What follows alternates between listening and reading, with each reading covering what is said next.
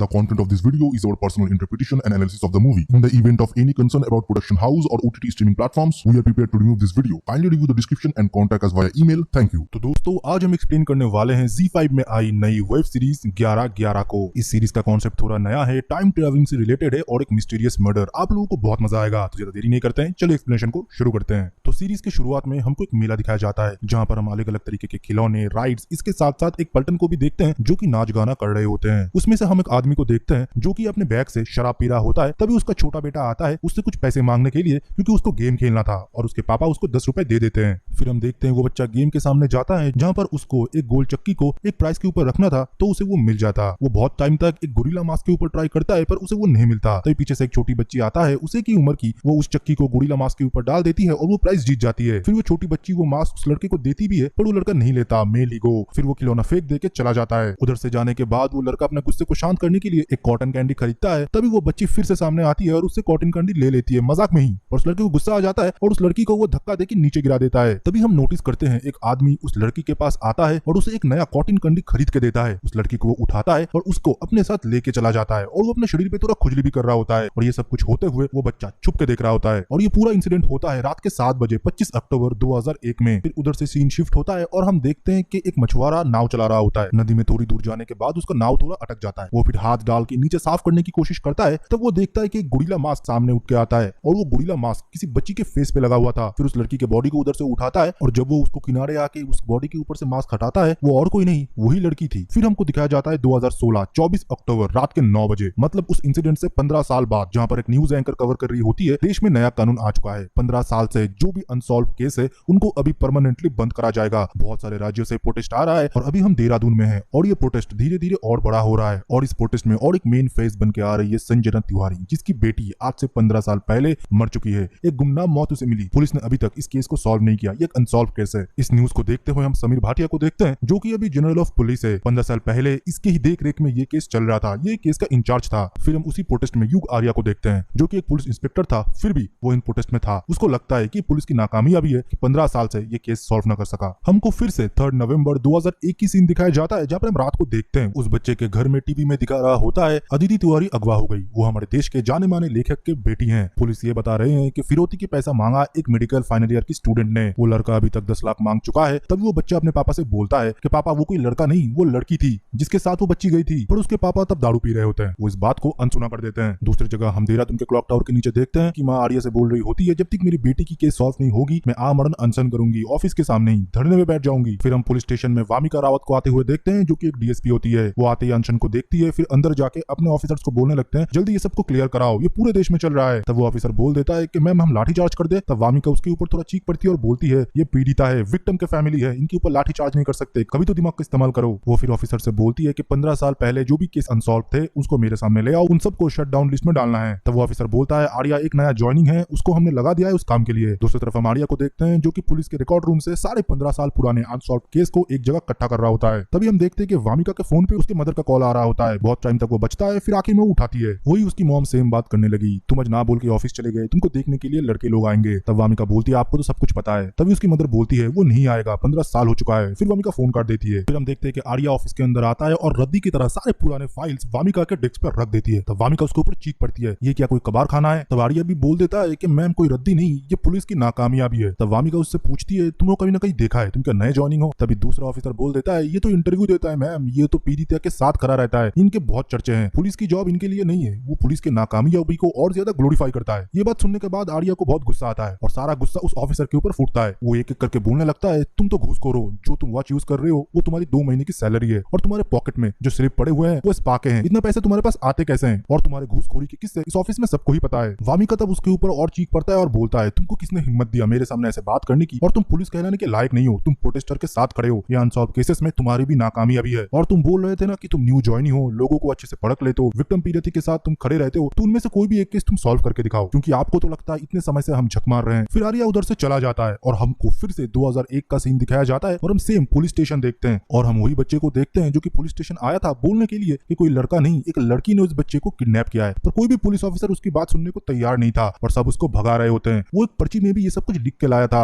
भागते हुए इंस्पेक्टर शौर्या से टकराता है और वो पर्ची उधर छोड़ के उधर से वो चला जाता है और वो पर्ची उठा लेते हैं इंस्पेक्टर शौर्या। फिर एक कांस्टेबल उन्हें बोलता है कि एसपी सर आपको बुला रहे थे। एसपी साहब और कोई नहीं समीर भाटिया ही थे, जो कि तब 2001 में सिर्फ एसपी थे। इस केस को वही इंचार्ज कर रहे थे और सारे लोगों को बोल रहे थे 2-3 दिन हो चुका है, न्यूज में हमारा धज्जिया उड़ रहा है, उसका जो फादर है वो जाना माना लेखक है, चीफ मिनिस्टर से मेरे पास 3 बार कॉल आ चुका है, वो तो मेरे कपड़े उतार ही रहे, तुम लोग भी अलग से उतारो। फिर शौर्य अच्छे से पूरे केस को ब्रीफ करता है। वो फिर बोलता है कि 25 अक्टूबर के रात को 7 से 8 बजे के दौरान ये लड़की दशहरा के मेले से किडनैप हो जाती है। फिर उस दिन रात को 11 बजे इसके पेरेंट्स के पास कॉल आता है एक फिरौती का, 5 लाख रुपए मांगे जाते हैं। वो 5 लाख रुपए जमा भी कर देते हैं, फिर उनका कोई रिस्पॉन्स नहीं आता। फिर ये लोग पुलिस में कंप्लेन दर्ज करते हैं। फिर जब हम फोन कंपनी से पता करते हैं कि ये नंबर किसका है, हमको तो पता चलता है देहरादून मेडिकल कॉलेज में फाइनल ईयर का स्टूडेंट राघव नौटियाल का ये नंबर है, पर उसका नंबर बंद आ रहा है और आउट ऑफ रीच, उसके पास हम पहुंच नहीं पा रहे, वो गायब है, हम कोशिश कर रहे हैं। और इसी बात पे भाटिया भड़क जाता है और बोलता है कब तक कोशिश करोगे मेरी नौकरी जाने के बाद, और उसके ऊपर वो चीख पड़ता है। फिर हम देखते हैं तभी ये कांस्टेबल आता है अंदर और बोलता है अदिति तिवारी की बॉडी मिली है नदी किनारे, और सारे लोग तब शॉक हो जाता है, शौर्य भी। फिर वो लोग मोर्चरी पहुंचते हैं और उनके मम्मी पापा बहुत रो रहे होते हैं और वो शौर्य को ब्लेम कर रहे होते हैं कि आप लोग क्या कर रहे थे, मेरी बेटी मारी गई, राघव नौटियाल अभी भी पकड़ा नहीं गया। शौर्य के पास कोई जवाब नहीं था।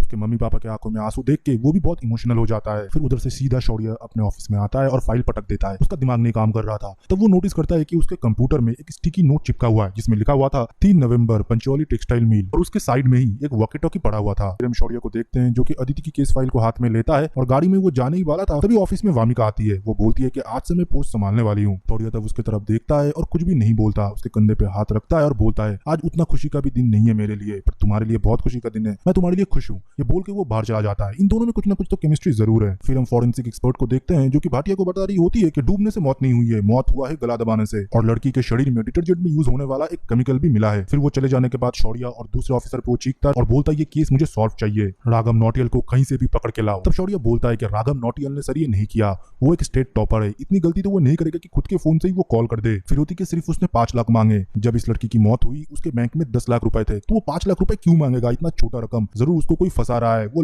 और हाँ, हमने इसका लास्ट कॉल भी ट्रैक किया। जब उसका फोन ऑफ हुआ वो लास्ट में एक आदमी को कॉल किया जो कि हमारे हिट लिस्ट में भी है, मोंटी तोमर, जो कि ड्रग डीलर है। हमको इस ड्रग वाले एंगल को इन्वेस्टिगेशन करना चाहिए। तब भाटिया उसके ऊपर चीख पड़ता है और ये बोलता है ये कोई किडनैपिंग का केस नहीं रहा, अब ये हो चुका है मर्डर का केस, जल्द से जल्द केस को सॉल्व करना पड़ेगा। सारे लोग जिस तरफ काम कर रहे हैं तुम भी उसी तरफ काम करो, राघव नौटियाल को ढूंढो, ड्रग वाला एंगल मत लाओ। और उसको बहुत इंसल्ट करता है। तब वो बाहर जाने लगता है तो दूसरा ऑफिसर आता है और बोलता है कि तुम हमारे साथ काम करो तो ही केस को सॉल्व कर पाएंगे, और सर की बात कभी कभी सुन लिया करो। तब शौर्य उसके ऊपर चीख पड़ता है और ये बोलता है तुम उनकी चाटते होंगे, मैं नहीं, मैं इस केस को अकेले ही सॉल्व करूंगा। ये बोलने के बाद वो ऑफिस से निकलता है और जीप के अंदर बैठता है। तभी वही बच्चे का पर्ची उसे मिलता है जहाँ पर लिखा हुआ है कि उसको किसी लड़के ने नहीं एक लड़की ने किडनैप किया है। फिर हम शौर्य को देखते हैं जो कि थोड़ा भेस बदल के हुए ड्रग डीलर के पास जाता है और ड्रग मांगता है, और वो इधर उधर के बातें करके नौटियाल के बारे में पूछने लगता है। तभी इन लोगों को शक हो जाता है और वो गन निकाल लेता है। फिर उन सारे लोगों में फाइट होता है और शौर्य एक एक करके सबको बहुत पीटता है और आखिर में वो तोमर को पकड़ता है और उसका हाथ मरोड़ के वो पूछता रहता है कि नौटियाल को तू कैसे जानता है। वो धीरे धीरे सब कुछ बताता है। ये बोलता है कि नौटियाल सिर्फ मुझसे एक बार ही मिला है, उसकी गर्लफ्रेंड ये सब कुछ करा करता था, मतलब ड्रग वो कॉलेज में बेचा करते थे। शौर्य फिर ये पूछता है कि लास्ट टाइम तुम लोग कब मिले थे, जब उसने तुमको पैसा देके ड्रग लिया था। तोमर फिर वही टेक्सटाइल मिल के बारे में बताता है जिसकी स्टिकी नोट हमने शौर्य के टेबल में देखा था। फिर से हम 2016 में शिफ्ट होते हैं और हम देखते हैं कि आर्या अदिति की केस फाइल को इन्वेस्टिगेशन कर रहा होता है क्योंकि वामिका ने उसको बहुत ही इंसल्ट किया। उसने इस बात को ईगो में ले लिया, वो सब कुछ रिसर्च कर रहा होता है। और दूसरी जगह हम देखते हैं शौर्य को जो कि टेक्सटाइल मिल पहुंचता है। आर्या को भी धीरे धीरे सब कुछ पता लगने लगता है कि कैसे उसकी मौत हुई, डिटर्जेंट जैसे पाउडर उसके बॉडी में मिला, सब कुछ। फिर हम देखते हैं कि पुलिस स्टेशन में लाइट चली गई है और बाहर तूफान चल रहा होता है। और दूसरी जगह 2001 वाले सीन में हम देखते हैं कि शौर्य टेक्सटाइल मिल के बाहर खड़ा हुआ था, उसमें ताला लगा था, सरकार द्वारा वो बंद करा गया है। शौर्य फिर उसको तोड़ के अंदर जाता है, वो उसको तोड़ता है। फिर 2016 में हम देखते हैं कि खिड़कियां जोर जोर से आपस में टकरा रहे थे, लाइट भी तब जल बुझ रहे थे। और दूसरी जगह हम वामिका को देखते हैं जो कि पुराने दिनों की फोटोज वाले एल्बम को देख रही होती है जहां पर वो शौर्य और उसके फोटो को कट आउट करके अपने डायरी में रखे हुई थी। फिर शौर्य मिल के अंदर देखता है कि छोटे बच्चों का एक खिलौना। फिर वो धीरे धीरे जब आगे जाता है वो शॉक हो जाता है। इधर वो देखता है कि राघव आर्य की बॉडी पड़ी हुई है और उसके हाथ में एक सिरिंज भी लगा हुआ है। तभी हम देखते हैं घड़ी में 11:11 और 11 सेकंड होने वाले थे, और जब ये हो जाता है तब मनों इल्यूशन क्रिएट होता है और दोनों टाइम जोन में एक मीडियम क्रिएट होता है। और हम देखते हैं कि शौर्य को बॉडी मिलने के तुरंत बाद वो वॉकी टॉकी ऑन करता है और बोलता रहता है मैं शौर्य बोल रहा हूँ टेक्सटाइल मिल से, और इधर हमको नौटियाल की बॉडी मिल चुका है। और वो बात सीधा टेलीपोर्ट होकर मानो आ रहा था 2016 के टाइम जोन पे, और एक अनयूज्ड एरिया के वॉकी टॉकी से वो आवाज आ रहा था जो कि आर्या के बिल्कुल पास था। वो फिर गेट को खोलता है और धूल मिट्टी लगे हुआ एक वॉकी टॉकी उठाता है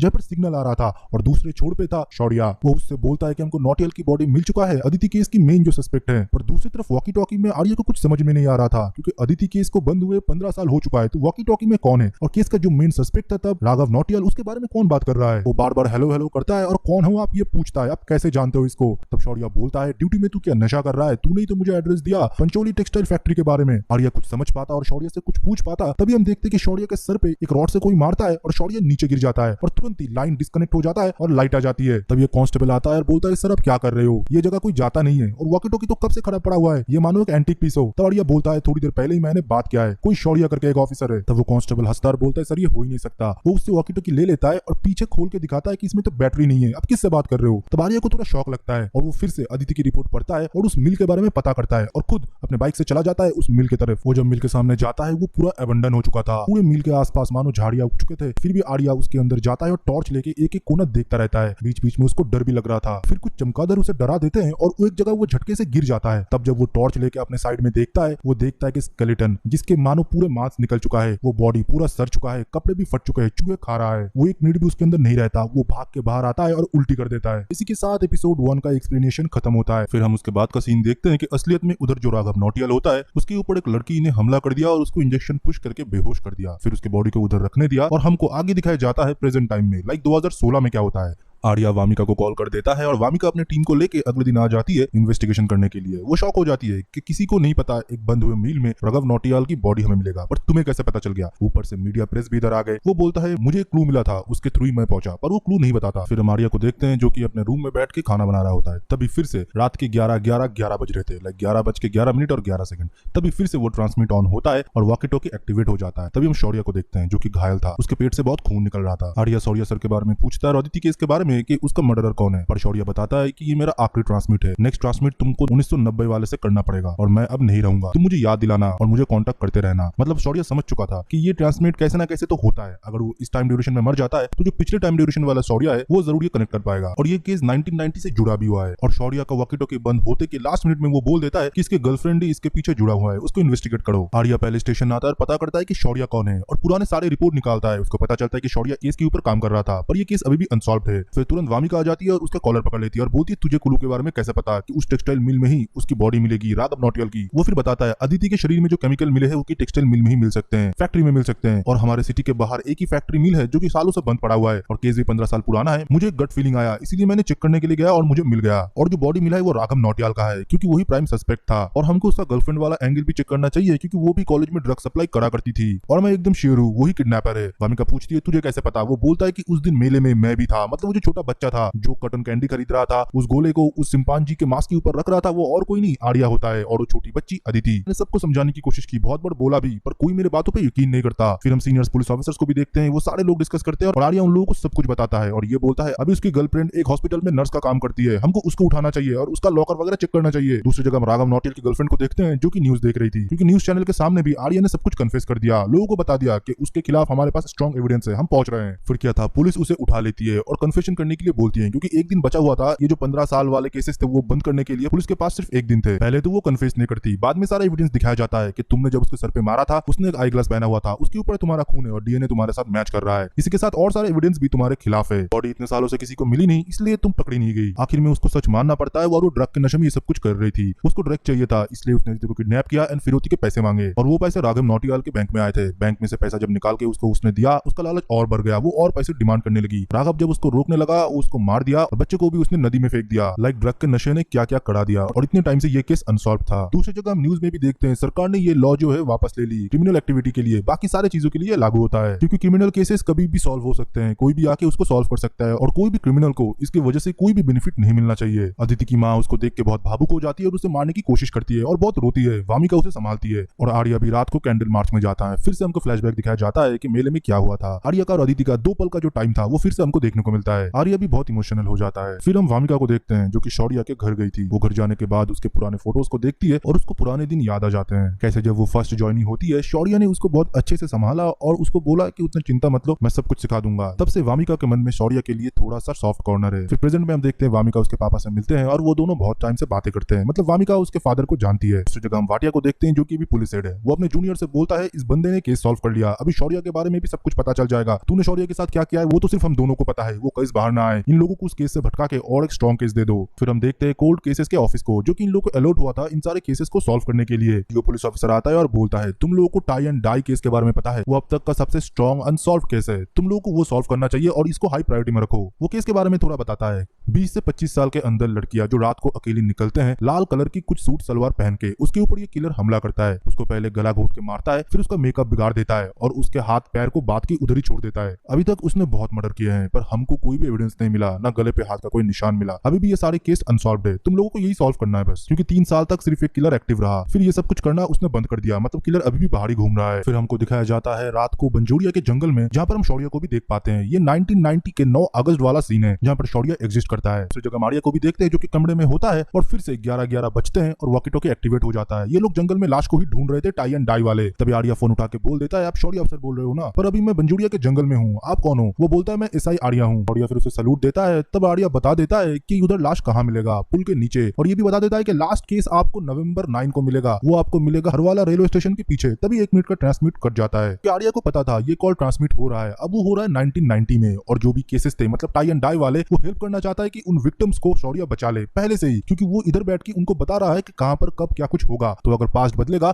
तो फ्यूचर और प्रेजेंट भी बदल जाएगा। कॉल कट जाने के बाद शौर्य के ऑफिसर भी बोलते हैं कि हमको लाश मिल चुका है पुल के नीचे। तब शौर्य को भी वॉकी टॉकी के ऊपर यकीन हो जाता है कि कोई तो उसका मदद कर रहा है और वो सही इन्फॉर्मेशन दे रहा है। मतलब नेक्स्ट खून होगा 9 नवंबर को हरवाला रेलवे स्टेशन में। शौर्य मानो सोच में पड़ जाता है कि ये कैसे हो सकता है, पर ये वाले शौर्य को 2001 वाले ट्रांसमिट के बारे में कुछ भी नहीं पता है। शौर्य के लिए बिल्कुल ये सब कुछ नया था, क्योंकि 2001 में क्या हुआ उसे 1990 में याद नहीं है, पर आर्या सब कुछ पता है क्योंकि टाइम में वो सबसे आगे है। 2016 में उसको हर एक टाइम ड्यूरेशन में शौर्य के साथ बात करने से पता चलता है कि वो किस टाइम ड्यूरेशन में है, क्योंकि टाइम के सबके अंत में 2016 में बैठा हुआ है आर्या। फिर हम प्रेजेंट टाइम में देखते हैं कोल्ड केसेस के यूनिट को, जहां पर हम देखते हैं आर्या बोलता है कि मैंने एक पैटर्न नोटिस किया है, ये जो किलर है ये बदला ले रहा है अपने गर्लफ्रेंड का। वो अपने गर्लफ्रेंड से नफरत करता है या तो उसका ब्रेकअप हुआ है, क्योंकि वो लड़कियों का मेकअप बिगाड़ता है। मतलब उसकी गर्लफ्रेंड बहुत सुंदर होगी और वो हमेशा लाल कलर की चीजें पहना करती होगी। क्या अगर आप पैटर्न देखते हो मैम, हर एक विक्टिम ने लाल कलर की सलवार कमीज नहीं तो टॉप वगैरह पहना होगा और उन्होंने मेकअप भी किया है। किलर ने पहले उनका मेकअप बिगाड़ा, फिर गला घोटा, फिर लाल कलर की चुनरी से या कपड़े से उसका हाथ पैर बांध दिया। फिर हम 1990 में एक लड़की को देखते हैं जो दिखने में बहुत ही सुंदर होती है। वो डांस प्रैक्टिस कर रही होती है और उसने भी लाल कलर का ही सब कुछ पहना हुआ था, और वो फिर बस से उतर के अपने घर के लिए जा रही होती है। रास्ता बहुत ही सुनसान था, वो अकेली थी, मानो उसका कोई पीछा कर रहा होता है, पर वो लड़की उसे पकड़ लेती है। वो और कोई नहीं शौर्य था। शौर्य इस लड़की से प्यार करता है। शौर्य ने उसे बोल दिया तुमको ये सब कुछ नहीं करना, तुमको मैंने बोला था कि डिफेंड करना है, कोई भी हो सकता है। एक सीरियल किलर घूम रहा है जो कि लड़कियों का मेकअप बिगाड़ता है और उसके हाथ पैर बांध देते हैं। वो लड़की बोलती है तुम हो ना, कोई चिंता नहीं, तुम मुझे बचा लोगे। फिर शौर्य को याद आता है कि आज 9 नवंबर है, आज हरवाला रेलवे स्टेशन के पीछे और एक मर्डर होने वाला है। शौर्य अपना बाइक लेके तुरंत स्टेशन पहुंचता है और हम उस लड़की को भी देखते हैं जिसका पीछा किलर कर रहा होता है। और दूसरी जगह रात हो चुका था, पर कोल्ड केसेस की जगह से आर्या गया नहीं था, वो सारे विक्टिम के नाम वगैरह देख रहे थे। अभी हम देखते हैं अहम वक्त पे शौर्य उधर पहुंच जाता है और वो उस विक्टिम को लेटी हुई पाती है, पर वो अभी तक मरी नहीं, उसको उधर से वो छुड़ा लेता है। और दूसरी जगह प्रेजेंट टाइम में देखते हैं राघव के हाथ में जो फोटो था, वो फोटो मानो सर्वाइव हो जाती है और वो उठ के बैठ जाती है। और जो व्हाइट बोर्ड पे भी फोटो चिपकाया हुआ था कि ये मर चुकी है, अभी उधर लिखा हुआ है कि ये सर्वाइव कर गई अटैक से, मतलब शौर्य ने उसे बचा लिया था। आर्या तब पहली बार ये चीज को महसूस करता है कि पास्ट में करी गई कुछ चीजों से प्रेजेंट में फर्क पड़ता है, वो पूरा ही बदल जाता है। फिर हम उस किलर को देखते हैं जिसके डब्बे में लाल साड़ियां थे, कुछ कटे हुए खिलौने के सर थे और एक काले कलर से भरा हुआ डब्बा जो कि उस कटे हुए सर में वो लगा रहा होता है। फिर प्रेजेंट टाइम में हम देखते हैं आर्या वामिका को कॉल करता है और बताता है कि वो मरी नहीं है, जो आखिरी वाला विक्टिम था। वामिका बोलती है मुझे पता है, आज मैं उसके लड़की से ही बात कर रही हूँ, वो वैसे ही नहीं मरी, वो बहुत सालों बाद थोड़ा डिप्रेशन में और कैंसर की वजह से मारी गई, ये सब कुछ रिपोर्ट में है, तुम क्यों ये फोन करके मुझे बता रहे हो। फिर हमको उस दिन का रात का सीन दिखाया जाता है जहाँ पर शौर्य उस लड़की को बचाता है। तभी पीछे से एक आदमी उसके ऊपर हमला करता और शौर्य उसका पीछा करता है। भागते भागते उस आदमी को वो पकड़ लेता है और बहुत उसको मारता है। फिर उसको ले जाता है नियरेस्ट थाने पे। थाने के जो बड़े अधिकारी थे उसको जेल में डाल देते हैं और बोलते हैं तू अपना नाम नंबर लिखा के जा और तूने ये केस सॉल्व कर दिया। ये बोलने के बाद वो चला जाता है। शौर्य बहुत ही खुश होता है। तभी हम देखते हैं फिर से 11-11 बजते हैं और दोनों वॉकी टॉकी एक साथ कनेक्ट हो जाते हैं। शौर्य तब शुक्रिया बोलता है आर्या को कि हमने किलर को पकड़ लिया है आपके वजह से। तब आर्या बोलता है वो असली किलर नहीं है, क्योंकि केस आज भी अनसॉल्व्ड है, तुमने एक लड़के को पकड़ा था जो कि बेकसूर है और पुलिस कस्टडी में ही उसकी मौत हो जाती है, तो जल्दी जाओ उस लड़के को बचाओ। फिर हम देखते हैं कस्टडी में पुलिस उस लड़के को बहुत मारता है। वो लड़का बोलता है कि मैं बेगुनाह हूँ, फिर भी उसे मारते जाता है और 3rd डिग्री टॉर्चर करने के बाद वो लड़का मारा जाता है। शौर्य तब उधर पहुंचता है। तभी और एक न्यूज आता है कि उस किलर ने और एक लड़की को मार डाला। तब जो सीनियर ऑफिसर थे वो शौर्य को गाली देता है और उसका लाइसेंस छीनने के लिए बोलता है कि तूने गलत केस में मुझे फंसा दिया, तेरा कोर्ट मार्शल होगा। फिर शौर्य अपना बैज वगैरह देके उधर से चला आता है और पुलिस हेडक्वार्टर में जाके आर्या को ढूंढने की कोशिश करता है और एक सीनियर ऑफिसर को वो पीट देता है। फिर सारे पुलिस वाले उसके पीछे पड़ जाते हैं, पर आर्या उसे नहीं मिलता। मिलेगा भी कैसे, क्योंकि आर्या तो 2016 में बैठा हुआ है। उसने जब उस लड़के को पकड़ा था तब मसूरी बस स्टैंड से एक बस निकली थी और वो बस चली जाती हुई उसे दिखता है। मे बी किलर उसके अंदर ही होगा। फिर वो मसूरी बस डिपो जाता है और बस ड्राइवर से पूछताछ करता है। और दूसरी जगह 2016 के टाइम ड्यूरेशन में भी वामिका ने बस डिपो का पता लगा लिया था। वो बोलती है कि विक्टिम के सारे फैमिली मेंबर से हमको पता चलता है मर्डर होने से पहले उन लोगों ने बस लिया था मसूरी बस स्टैंड से। मतलब मसूरी बस डिपो हमारा मेन जगह हो सकता है जहां पर से हमको कुछ स्ट्रॉन्ग क्लू मिल सकता है। फिर हम देखते हैं कि उनकी पूरी टीम बस डिपो जाती है और पता करती है कि बस ड्राइवर जो 1990 में जो बस चलाया करते थे वो कहां पर है। तो उनके पुराने रजिस्टर से उनको उनका नाम मिल जाता है। और दूसरी जगह जब आर्या बस ड्राइवर से पूछताछ करता है तब पुलिस की टोली उधर आ जाता है और उसे उधर से पकड़ के जेल में बंद कर देता है। फिर हम 2016 में देखते हैं जब पुलिस वाले ड्राइवर के घर जाते हैं वो देखते हैं कि उधर और एक लाश पड़ा हुआ है जो कि एक लड़की की होती है। उसके हाथ पैर बंधे हुए थे। ये लड़की हमको 1990 में भी दिखी थी, मतलब इसको कुछ पता है और किलर को पता चल चुका है कि पुलिस लोग एक्टिव हो चुके हैं, इसलिए इस लड़की को उसने मार दिया। तभी हम देखते हैं कोल्ड केसेस की टीम जब उधर इन्वेस्टिगेशन कर रहे होते हैं उधर तब नियरेस्ट स्टेशन के पुलिस ऑफिसर्स भी आ जाते हैं कि ये केस हमारे अंडर आता है। तब वामिका अपनी टीम को पीछे हटने के लिए बोलती है और कुछ एविडेंस के साथ निकल जाती है। और दूसरी जगह हम देखते हैं कि रात हो चुके हैं और 11:11 बजने ही वाले हैं। 1 मिनट का सिर्फ टाइम मिलता है बात करने को।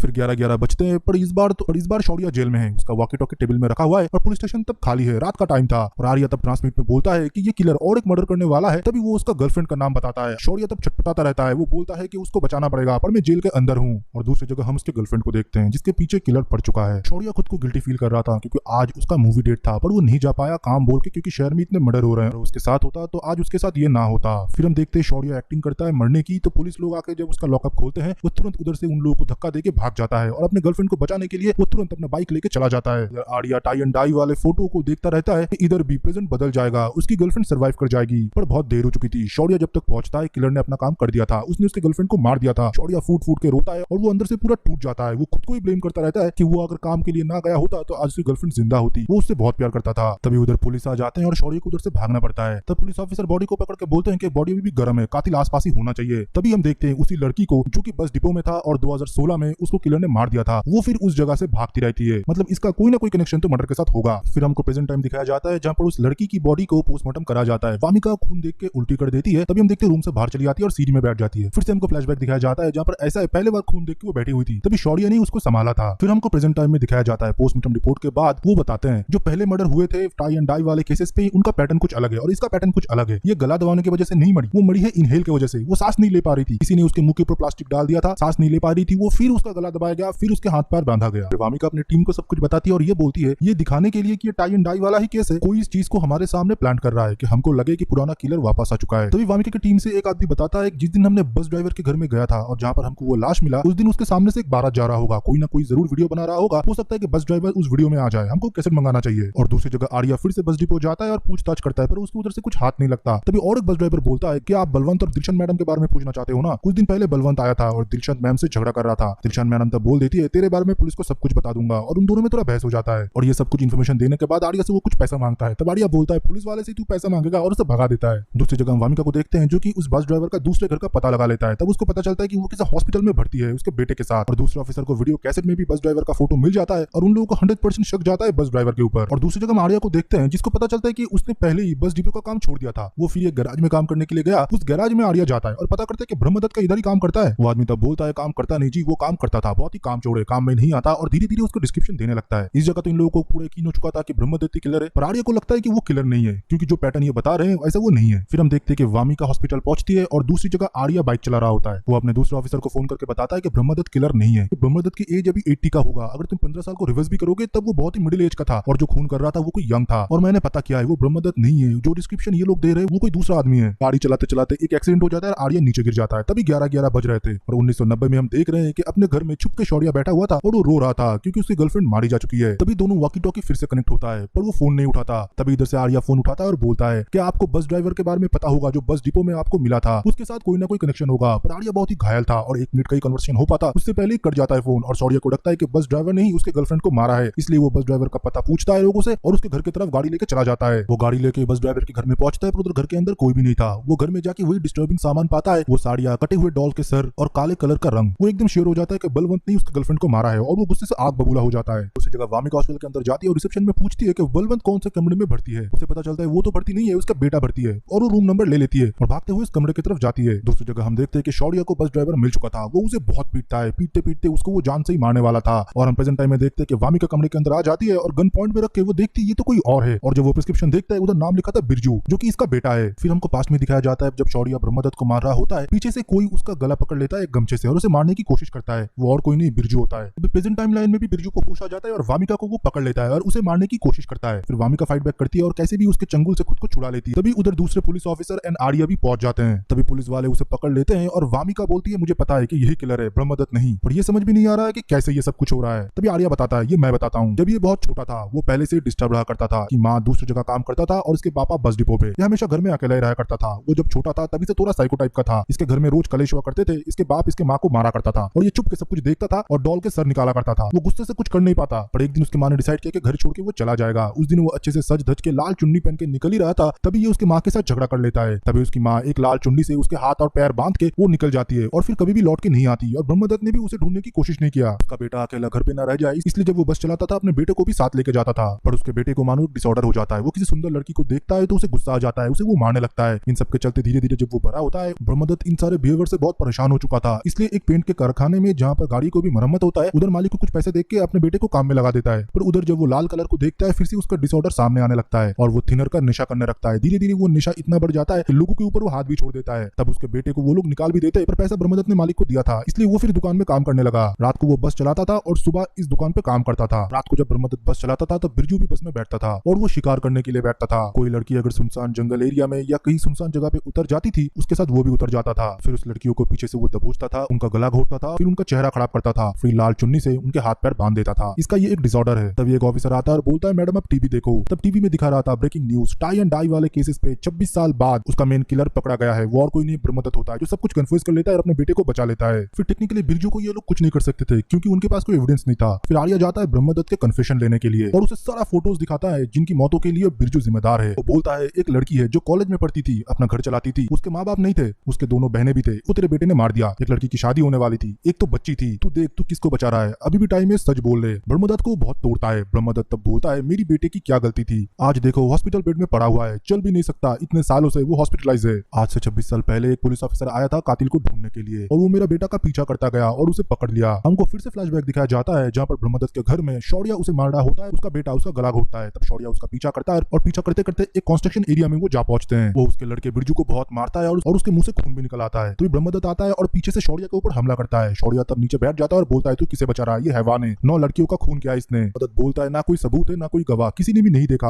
आप मेरे बेटे को ऐसे ही मार रहे हो। शौर्या भी बोलता है तूने सही बोला, ये खूनी सिलसिला इधर रुकना चाहिए, कोई भी सबूत नहीं है, कोई भी गवाह नहीं है। तभी वो अपने जेब से गन निकालता है और बिरजू को पॉइंट आउट करता है। ब्रह्मदत्त को एक झटके से वो दूर फेंक देता है। तभी बिरजू फिसल के छत के कॉर्नर में झूल जाता है और उसका हाथ पकड़ लेता है शौर्या और बोलता है तू कन्फेस कर ले, तूने क्यों ये सब कुछ किया। और बिरजू तब मुस्कुराता रहता है मानो उसको कोई पछतावा नहीं है, उसने सही किया जो किया। तब शौर्या को बहुत गुस्सा आता है और हाथ छोड़ देता है और वो सीधा नीचे गिर जाता है और बिरजू का बॉडी का नीचे का पोर्शन पूरा पैरालाइज्ड हो जाता है। शौर्या को ये भी पता चल जाता है कि वो बच गया है। फिर वो हॉस्पिटल भी जाता है पर मैं बहुत उससे माफी मांगता हूँ, फिर वो नहीं सुनता। वो बोलता है मैं पुलिस स्टेशन जा रहा हूँ सब कुछ कन्फेस करने के लिए, तुझे भी करना पड़ेगा। पर मैं बोलता हूँ मेरा बेटा सिर्फ छत से गिर गया है, ना आपने उसे मारा ना उसने कुछ किया। फिर वो उधर से चले जाते हैं। आज इतने साल बाद क्यों सर इस केस को ओपन करा जा रहा है। तब आर्या बोलता है कौन था वो पुलिस ऑफिसर और वो नाम बताता है इंस्पेक्टर शौर्या का। फिर आर्या पूछता है कि दिलबाग को क्यों मारा। पहले तो वो नहीं बता रहा था, फिर उसको बताना पड़ा। फिर से हम फ्लैशबैक में जाते हैं जिस दिन शौर्या पूछताछ करने के लिए आया था और उसे पुलिस ने गिरफ्तार करके ले गया। तब दिलबाग बोलता है मैंने देखा था उस दिन उस एरिया से आपका बेटा बिरजू बस में उठा था। तब मानो ब्रह्मदत्त उसके ऊपर चीख पड़ता है और बोलता है बिरजू पहले से ही बस में ही था, वो कहीं से उठा नहीं था। वो इतना बता के ही चुप हो जाता है, कुछ भी नहीं बोलता। तब आर्या उसे पीटने लगता है। तभी दूसरे पुलिस ऑफिसर आके उसको उधर से छुड़ा लेते हैं। तभी आर्या को लगता है दिलबाग को कुछ ना कुछ तो जरूर पता होगा। फिर आर्या और वामिका जाते हैं दिलबाग के पुराने घर में। उस घर में जाके उनको एक एविडेंस मिलता है जो कि एक हेयर क्लिप होता है। वो हेयर क्लिप और किसी की नहीं शौर्या की गर्लफ्रेंड की होती है। फिर हमको उस दिन का सीन दिखाया जाता है। उस दिन में क्या हुआ था, उस दिन बिरजू ने शौर्या के गर्लफ्रेंड का पीछा किया था और उसको दबोचा था, उसको मार रहा होता है। तभी शौर्या के गर्लफ्रेंड अपने हेयर क्लिप निकाल के उसके ऊपर वार करती है और उस हेयर क्लिप के नुकीले हिस्से से उसके गले का थोड़ा सा पोर्शन कट जाता है। ये सब कुछ होते हुए दूर से दिलबाग देख रही होती है। जब वो उसके गर्लफ्रेंड को मार रहा होता है तभी उसके पापा उधर आ जाते हैं। तब तक वो मर चुकी थी। ब्रह्मदत्त तब अपने बेटे के पीछे चला जाता है और दिलबाग जाता है वो सबूत लेने के लिए और वही सबूत से वो ब्लैकमेल कर रही थी ब्रह्मदत्त को पैसे के लिए। तभी ब्रह्मदत्त उसे मार देता है और यही प्रेस कॉन्फ्रेंस में वामिका बताती है। वो बोलती है असली कातिल ब्रह्मदत्त नहीं उसके बेटे हैं क्योंकि लास्ट विक्टिम ने उसके ऊपर हमला किया था इस ईयररिंग से, इसके ऊपर उसके खून लगे हुए हैं और ये केस भी सॉल्व हो जाता है। फिर आर्या और वामिका बाहर निकलती है और एक दूसरे के साथ बात करते हैं। तब वामिका आर्या के बारे में कुछ पूछती है, अपब्रिंगिंग फैमिली के बारे में। फिर हमको फ्लैशबैक दिखाया जाता है 1999 का। हम मसूरी में संजीवी विलेज में देखते हैं जहाँ पर एक छोटा लड़का अपने भाई को बुला रहा होता है। उसका भाई पूरा घर में कहीं भी नहीं था। तभी वो नोटिस करता है कि एक छोटे से पैसेज में उसके भाई ने खुदकुशी कर लिया था। फिर हम प्रेजेंट डे में आर्या को देखते हैं जो कि पुलिस ऑफिसर शौर्य के बारे में पूछने लगते हैं उनके ही बैचमेट से, क्योंकि ये उनके बैचमेट रह चुके हैं। पर ये बात घुमा देते ये बोल के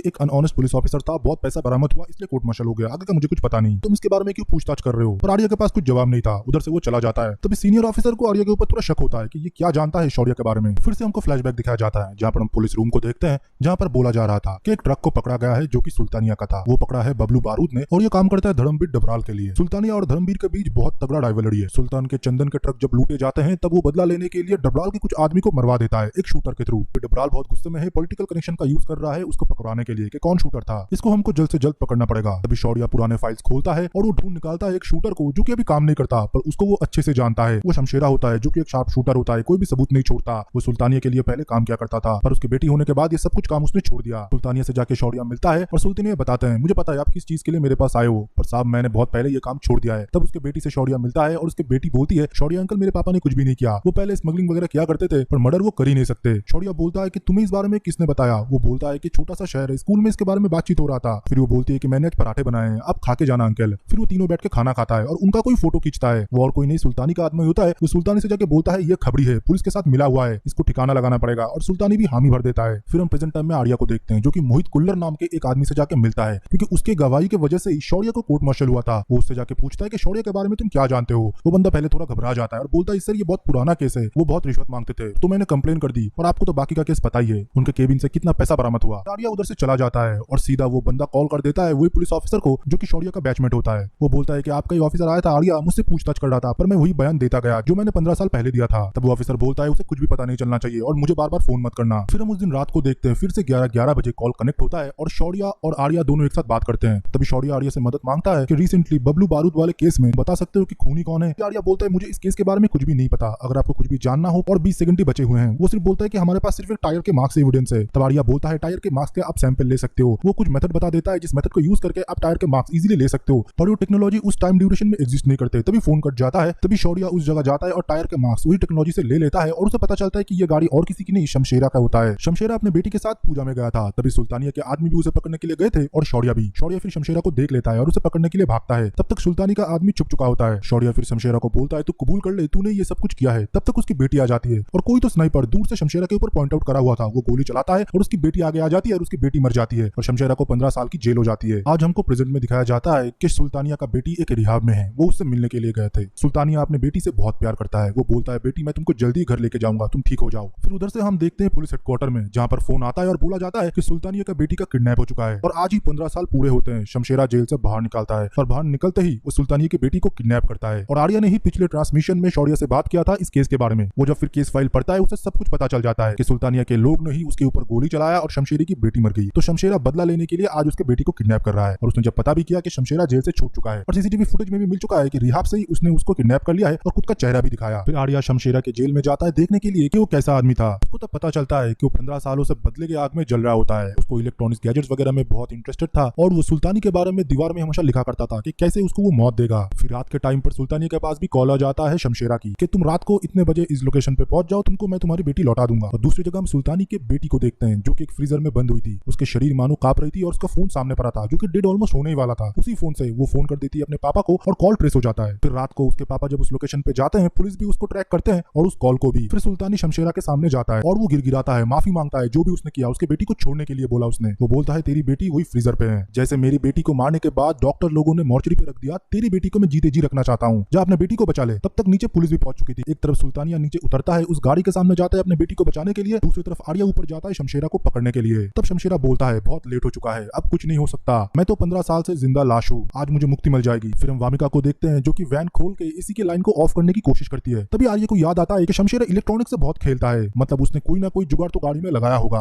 और वो भागते भागते नीचे जाता है और कोई भी छेड़खानी करने के लिए मना करता है, पर तब तक वामिका ने स्विच ऑफ कर दिया था और वो गाड़ी ब्लास्ट हो जाता है और आर्या उस ब्लास्ट की वजह से दूर आके गिरता है। और जब वो थोड़ा स्टेबल होता है वो देखता है कि वामिका नहीं रही और बहुत सारे पुलिस ऑफिसर भी, वो भी शॉक में था। फिर कुछ दिन बीत जाते हैं और फिर से वही ट्रांसमिट होता है और 11:11 बजने में वो 2 वॉकी टॉकी एक साथ जुड़ जाते हैं। तभी आर्या शौर्या सर से एक मदद मांगते हैं और बोलते हैं कि वामिका को बचा लो। तभी शौर्या को भी पता चलता है कि 2016 में वामिका मर जाएगी, उसे उसको बचाना है। तभी शौर्या अपने फोन से वामिका को कॉल करते हैं और वामिका तब कॉल उठाती है और बोलती है हाँ सर बताइए, और वो टेलीफोनिक कॉल वॉकी टॉकी की मदद से आर्या भी सुनता है। तो दोस्तों इसी के साथ 11:11 के पूरे एपिसोड्स के एक्सप्लेनेशन खत्म होते हैं। मुझे पता है टाइम जोन की वजह से आप लोगों को बहुत जगह समझने में प्रॉब्लम हुई होगी, पर मैंने मेरी बेस्ट कोशिश की कि आपको पूरी कहानी समझ में आए। आप लोगों को 3 टाइमलाइन समझना पड़ेगा, 1990, 2001 और 2016। इस टाइम जोन के अंदर बहुत लोग जिंदा होते हैं और अलग अलग केसेस होते हैं, और लास्ट के टाइमलाइन में जो बैठा हुआ है 2016 आर्या, वो इंस्पेक्टर शौर्या से हर एक टाइम जोन पे बात कर रहा है। जब भी इंस्पेक्टर आर्या को मदद की जरूरत पड़ती है इंस्पेक्टर शौर्या को, तभी ये फोन कनेक्टेड होते हैं और 2 टाइम जोन के बीच में एक लूपहोल खुल जाता है। मुझे नहीं लगता इससे बेस्ट तरीके से आपको कोई समझा पाएगा। आई होप आपको पूरी सीरीज का एक्सप्लेनेशन देखने में मजा आया होगा। अगर मजा आता है तो वीडियो को लाइक करें, 1000 लाइक हम एक्सपेक्ट करते हैं। अच्छा सा कमेंट छोड़ दीजिए और हाँ हमारे नेक्स्ट वीडियो के लिए वेट करिए। इसके बाद एक वीडियो प्ले होगा जो कि हमारा और एक फ्री सर्विस है, आप डिस्क्रिप्शन के पिन